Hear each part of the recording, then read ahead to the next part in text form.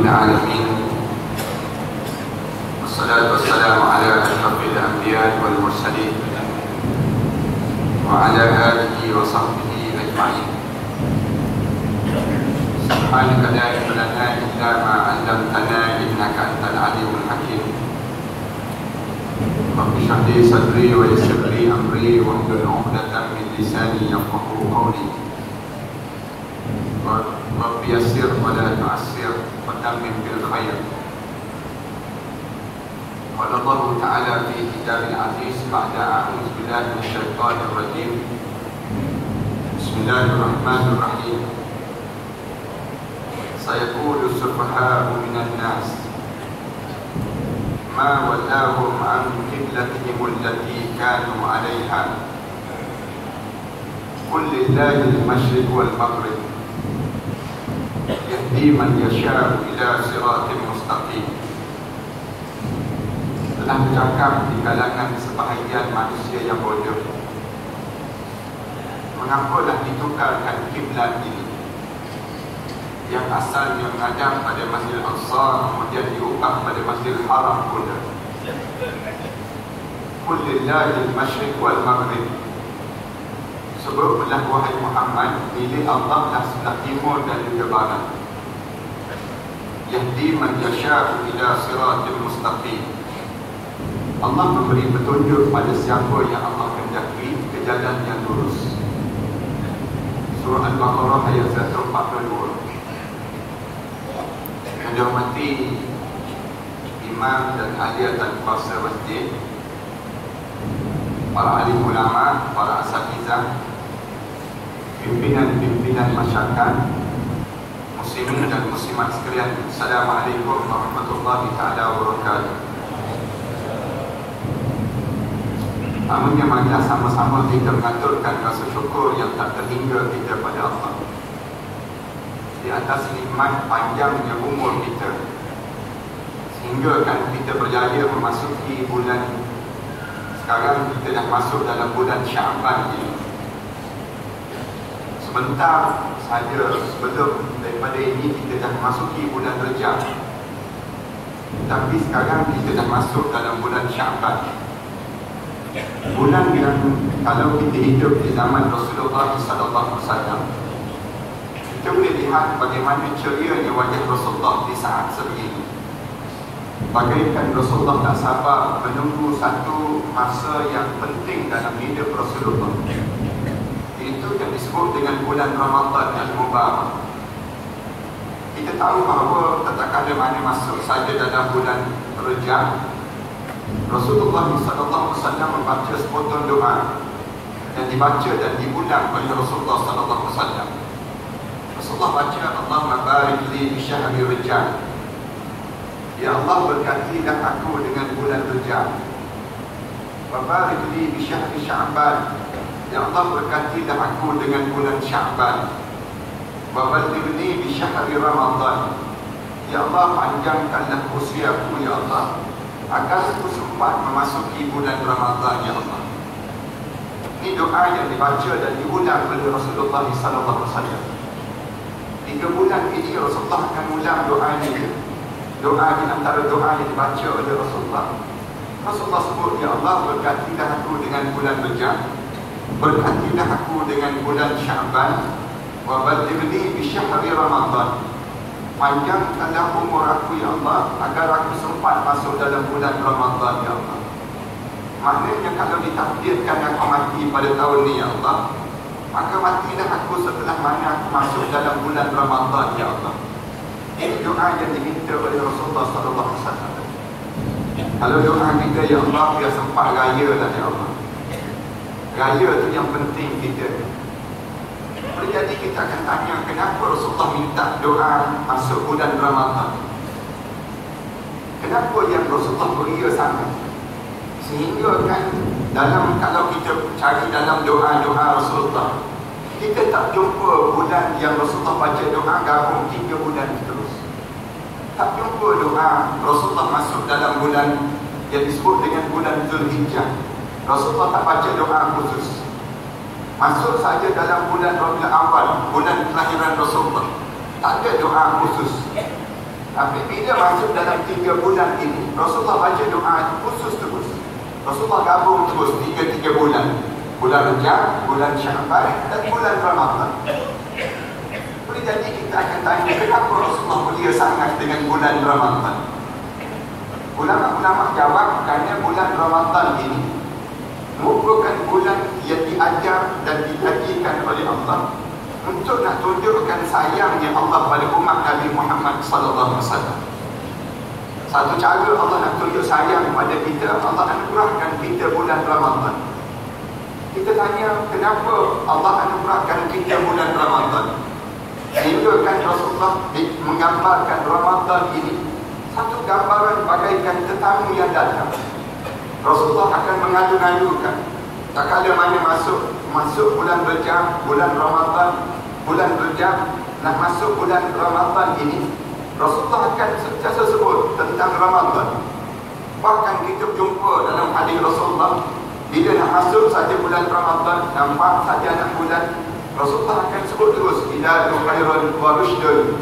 Rasulullah sebut bulan yang membawa kebaikan dan juga petunjuk daripada Allah. Diulang dan diulang.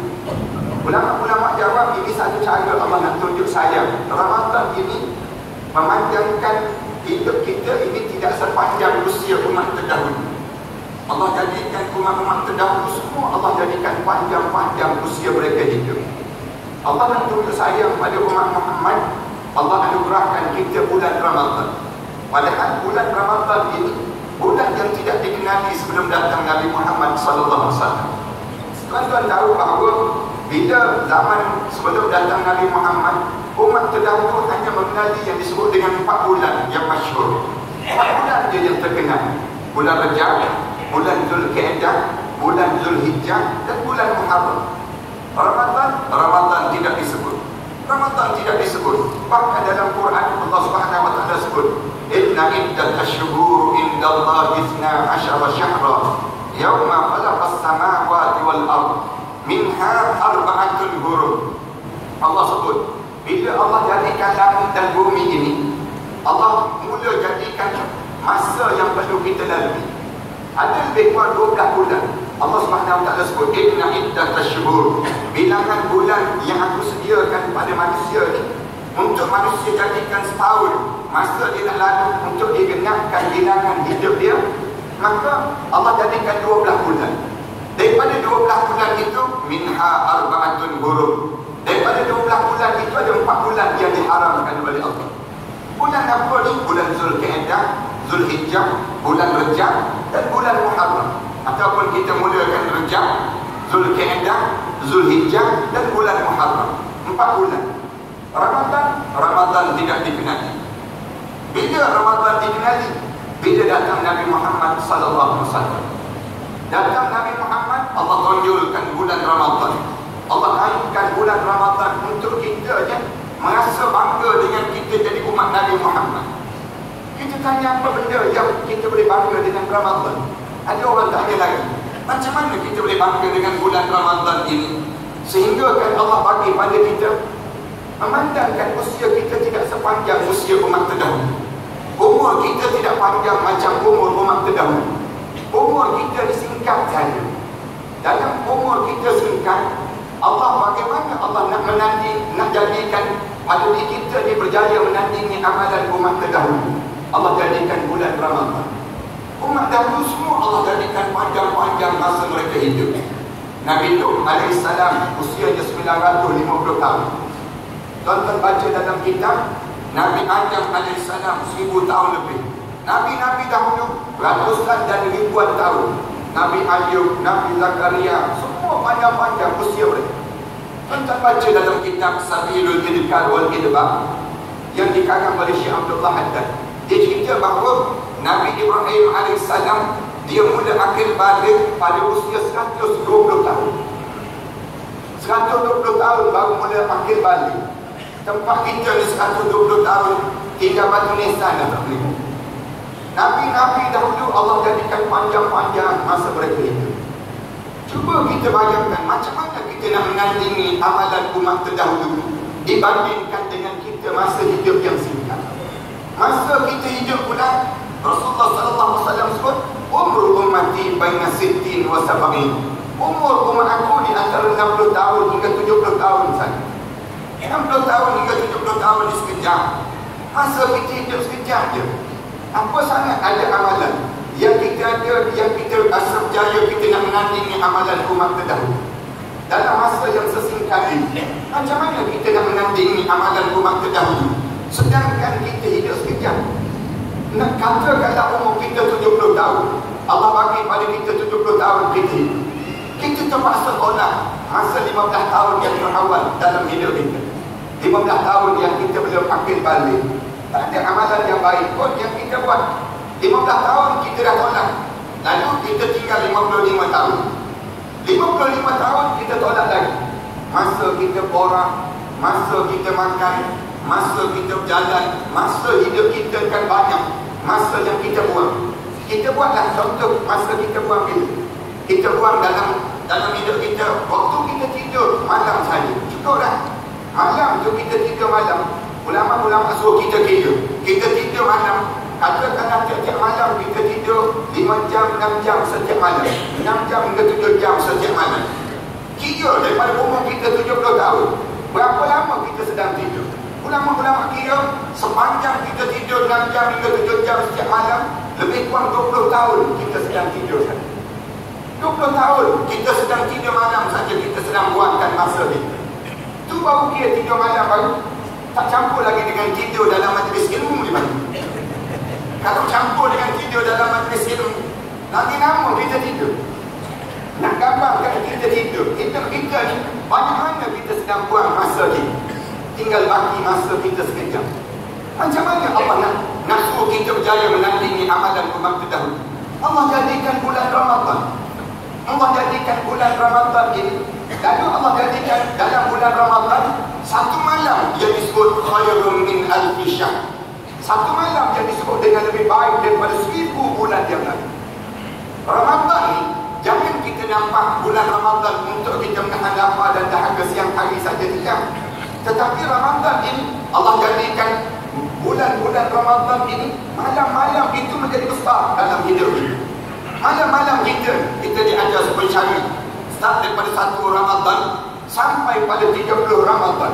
Cari di antara 1 hingga 30 Ramadan, satu malam je kamu dapat. Kalau kamu dapat satu malam ini, bernilai kamu lebih baik daripada 80 tahun kamu beribadah pada Allah Subhanahu wa taala. Khairun min alfi syahr. Dapat satu malam je. Buat di malam Lailatul Qadar itu kita dapat, kita sedang baca Quran. 80 tahun kita sedang membaca Al-Quran kan. Malam tu kalau kita menderu, 80 tahun kita menderu. Malam tersebut, buat di malam tersebut kita sedang buat kuih raya. 80 tahun buat kuih raya. Nah semuanya pada diri kita. Maknanya dalam hidup kita ni, malam-malam bulan Ramadan menjadi besar dalam hidup kita. Allah, dia nak tunjuk sayang pada umat Nabi Muhammad. Sebelum daripada Allah jadikan bulan Ramadan, Allah persiapkan dahulu pada kita 2 bulan bersiap untuk memasuki bulan Ramadan. Allah jadikan pada kita yang disebut dengan bulan Rejab. Allah jadikan bulan Sya'ban. Sebab itu Rasulullah baca doa Rejab, Sya'ban, wa ballighna bi Ramadan. Ya Allah, panjangkanlah umur aku biar aku sempat masuk bulan Ramadan ya. Supaya apa dia? Supaya kita tak terkejut. Dalam hidup kita ni tak terkejut. Tak terkejut untuk memasuki bulan Ramadan yang pertama. Bulan masuk. Yang pertama, kenapa Allah jadikan bulan Rejab, bulan Sya'ban ini? Saya nak suruh kita boleh faham terlebih dahulu tentang kenapa Rasulullah baca doa ini dan menjadi besar pada kita terhadap doa ini, dan kita faham terhadap bulan Rejab dan bulan Sya'ban. Supaya kita tak terkejut. Yang pertama, tak terkejut masuknya dalam bulan Ramadan. Tak terkejut dalam hidup kita. Kerana bulan Ramadan ni Allah susun balik jadual hidup. Allah betulkan balik jadual hidup kita. Tak kira kamu raja ke, kamu jabur hormat ke, kamu ustaz ke, kamu siapa, kamu ikut jadual aku. Allah mula susun jadual. Jadual yang Allah jadikan bermula pada pagi, subuh. Sebelum subuh kamu sahur, kamu berbuka sampai waktu maghrib. Kamu status kamu apa pun sama saja. Tak ada beza pada kamu. Tak berlaku kejutan. Tak terkejut. Supaya tak terkejut, Allah suruh kita puasa dalam bulan Rejab dan bulan Sya'ban. Seorang yang tak pernah puasa, tolong puasa dalam bulan Rejab dan bulan Sya'ban. Supaya bila masuk dalam bulan Ramadan, dia puasa tak jadi kejutan dalam hidup. Orang yang tak pernah baca Quran, tolong baca Quran dalam bulan Rejab dan bulan Sya'ban. Bila masuk dalam bulan Ramadan, kamu jadi ringan untuk membaca Al-Quran kami. Dalam bulan Ramadan, tidak ada kejutan pada kamu. Orang yang tak pernah derma, tolong derma dalam bulan Rejab dan bulan Sya'ban. Supaya bila masuk dalam bulan Ramadan, jadi ringan pada dia untuk menderma. Tak berlaku kejutan dalam hidup. Orang yang tak pernah dengar ceramah dan kuliah, tolong dengar ceramah dan kuliah dalam bulan Rejab dan bulan Sya'ban. Supaya bila masuk dalam bulan Ramadan, dia dengar tazkirah, dengar kuliah dalam bulan Ramadan, tak menjadi kejutan pada diri. Tak terkejut dalam bulan Ramadan. Bila kita tak pernah datang ke surau ke masjid, tolong datang ke surau ke masjid dalam bulan Rejab dan bulan Sya'ban. Supaya bila masuk dalam bulan Ramadan, masjid dan surau tak berapa terkejut tengok muka kita. Muka ni tak pernah nampak dalam bulan-bulan lain. Bulan Ramadan nampak pula begitu. Orang kita akan demikian. Supaya tak berlaku kejutan, kita mula di kalangan kita ni, kita dah mula buat latihan. Rejab, Sya'ban, latih. Yang tahu latih. Latih apa dia? Latih. Jangan kita terkejut masuk dalam bulan Ramadan. Yang kedua, kenapa Allah jadikan bulan Rejab dan bulan Sya'ban? Yang kedua, Allah nak suruh latih. Jangan kamu terkejut bila kamu masuk dalam kubur ni. Yang besar lagi, jangan terkejut bila masuk dalam kubur. Kerana ramai di kalangan kita yang dah meninggal dunia tu, semua terkejut masuk dalam kubur. Kebanyakan di kalangan kita tercengang-cengang masuk dalam kubur. Masuk dalam kubur dia terkejut. Para hadis kan bayangkan orang yang baru nak masuk dan orang yang masuk dalam kubur ni bagaimana terkejut melihat amalan-amalan yang tak cukup. Bagaimana saat kerana kita menghadap depan Allah. Kita tak payah cerita orang yang menghadap depan Allah. Kita yang hidup atas dunia ni pun kita terkejut orang yang meninggal dunia. Orang meninggal dunia kita terkejut. Ada takdir Allah yarham yang baru meninggal dunia, kita terkejut. Allah kena rotan begitu meninggal dunia, kita terkejut. Terkejut kan kawan-kawan kita yang meninggal dunia. Bila dia meninggal dunia kita terkejut. Allah meninggal dunia, kita sebut muda lagi. Kawan-kawan kita, kadang-kadang anak-anak kita yang meninggal dunia ni kita rasa terkejut. Muda lagi meninggal. Kita tanya dia, berapa umur dia? Baru 27 tahun. 27 meninggal. Sakit apa? Tak ada sakit apa pun. Dia tengah-tengah jogging, tengah-tengah hidup, tersembab dia meninggal dunia. Kita terkejut. Meninggal kita sebut. Kita rasa terkejut yang dia meninggal dunia. Dia yang meninggal lagi terkejut. Yang meninggal tu lagi terkejut. Mati aku. Masuk dalam tubuh tu terkejut. Allah mati dalam keadaan yang tak bersiap menghadapi hadapan Allah. Ramai di kalangan kita ni mati tak siap, tuan-tuan. Kalau tuan-tuan biasa dengar kuliah saya dalam radio IKIM, saya sentiasa sebut tentang berapa ramai di kalangan kita ni yang mati dalam keadaan tak bersiap. Kalau tuan-tuan baca dalam kitab dalam Al-Quran, Allah cerita ramai di kalangan umat manusia ni yang mati dalam keadaan tak bersiap. Tuan-tuan baca saja dalam surah An-Nisa bisa contoh. Allah cerita tentang orang yang tak bersiap menghadap depan Allah. Ayat yang ke-97. Allah Subhanahu wa taala cerita, innal ladzina tawaffahumul malaikatu zalimi anfusihim. Orang yang dimatikan oleh mereka Allah dalam keadaan dia buat zalim pada dirinya sendiri. Tak sangka dia sedang buat zalim pada dirinya sendiri. Ramai orang buat zalim pada diri sendiri. Ramai betul. Orang kita yang sedang buat zalim pada diri sendiri. Siapa yang buat zalim pada diri sendiri? Ramai di kalangan kita yang sedang buat khianat pada dirinya sendiri. Dia tak buat zalim pada orang, tapi dia buat zalim pada dirinya sendiri. Kita tanya siapa Ustaz? Orang yang ada ke orang yang buat khianat pada diri sendiri? Ramai betul. Siapa yang buat zalim pada diri sendiri? Orang yang dia dengan tahu ada majlis ilmu, tiba-tiba dia tak datang majlis ilmu. Dia sedang buat khianat pada dirinya sendiri. Zalim pada diri sendiri. Macam malam ni kan? Macam malam ni kita buat majlis ilmu. Ramai orang tahu. Tapi kenapa tak datang? Kalau kita tanya pada mereka tersebut, tu ramai-ramai orang datang masjid tu ada apa? Ada apa? Dia jawab ada ceramah. Ceramah apa? Ceramah pembara ilmu. Bisa contoh. Ustaz mana datang? Dia bersekolah ustaz sekian-sekian datang. Tapi itu yang kau tak datang ni kenapa? Orang tanya mana? Engkau pun tak datang? Tak datang. Kenapa tak datang? Aku belum dapat hidayah? Dia jawab pada diri, aku belum dapat hidayah daripada Allah. Senang je dia jawab. Tak datang dia. Ulama-ulama semua start daripada dia mula majlis ilmu ni bermula sampai berakhir majlis ilmu ini, dia sedang dilaknat oleh malaikat Allah sampai habis majlis ilmu itu berakhir. Malam ni kita pendek-pendek dia, kesian pada orang yang duduk kat rumah kena laknat di mana. Supaya tak lama kena laknat, kita pendek-pendek dia. Nak sebutnya zalim, dia bukan buat khianat pada orang, dia buat khianat pada diri sendiri. Ramai orang buat khianat pada diri sendiri. Ramai orang yang mati dalam keadaan yang dia tak tutup aurat, dia bukan buat khianat pada orang, dia buat khianat pada diri sendiri. Orang yang mati dalam keadaan tak boleh baca Quran. Orang tak boleh baca Quran, saya biasa sebulan yang kalau tuan-tuan tak boleh baca Quran, tuan-tuan jangan bagi mati tuan. Tuan-tuan jangan mati tuan. Kalau tuan-tuan mati dalam keadaan tuan-tuan tak boleh baca Quran, confirm tak lepas menghadap depan Allah. Tak lepas menghadap depan Allah. Tak percaya cuba mati tak boleh. Nak sebut lepas ke tak lepas itu. Masuk dalam kumpul je, mereka tanya terus, Quran boleh baca Quran?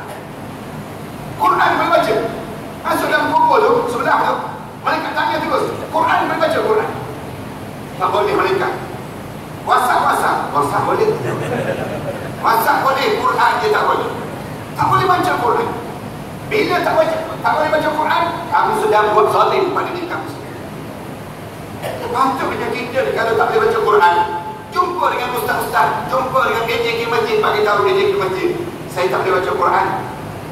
Saya tak boleh baca Quran. Bantu saya, untuk saya boleh baca Al-Quran kan. Saya bimbang kalau saya mati dalam keadaan tak boleh baca Quran. Masjid-masjid ni yang ada ni, jangan tolong orang hidup ni, tolong orang mati sama. Macam mana tolong orang yang nak mati ni? Tolong orang yang nak mati sama. Senaraikan di kalangan tariah kita, siapa lagi yang tak boleh baca Quran tu kan? Kerana tak boleh baca Quran ni lah yang menyebabkan kamu lawan para alim ulama. Kerana kamu tak boleh baca Quran lah, kamu tak kenal syariat. Orang kita ni tak boleh baca Quran lah. Di antara penyebab kenapa dia belakang dan dia rasa sombong dia dengan Islam yang sendiri. Punca Quran pun tak boleh baca. Bila Quran tak boleh baca, dia rasa dia selesa dalam hidup. Jangan kamu rasa selesa bila kamu tak boleh baca Quran. Quran menjadi wajib dalam hidup untuk kita belajar. Kalau nak hidup sampai di akhirat, kita kena boleh baca Quran. Bukan sekadar boleh baca Quran, boleh faham Al-Quran kan. Kalau kita biarkan masa kita berlalu tanpa kita baca Quran, kita sedang buat zalim pada diri kita sendiri. Masuk dalam kubur, mereka tanya terus, qalu fima kuntum, kenapa kamu mati macam ni? Mereka tanya terus, kenapa kamu mati macam ni? Mati dalam keadaan tak bangun tahajud malam. Sedangkan boleh bangun buang air boleh, tahajud tak bangun. Kenapa kamu tak buat? Di antara kezaliman, harta benda banyak tak sempat berinfak di jalan Allah. Bila harta benda banyak, bila dekat nak meninggal dunia, saat mana dekat nak meninggal dunia, dia akan sebut pada mereka, laula akhartani ila ajalin qarib. Mereka boleh tangguh sekejap dah, jangan bagi mati. Jangan bagi mati mereka. Sekejap. Nak buat apa dia? Fa'as-saddaqa, aku nak bersedekah di jalan Allah. Wa akun minas salihin, dan aku nak menjadi hamba Allah yang salih. Mereka jawab terus bagi pihak Allah, wa la yu'akhirallahu nafsan idza ja'a ajaluha. Allah tak tangguh dah bila saat kematian datang pada kalian.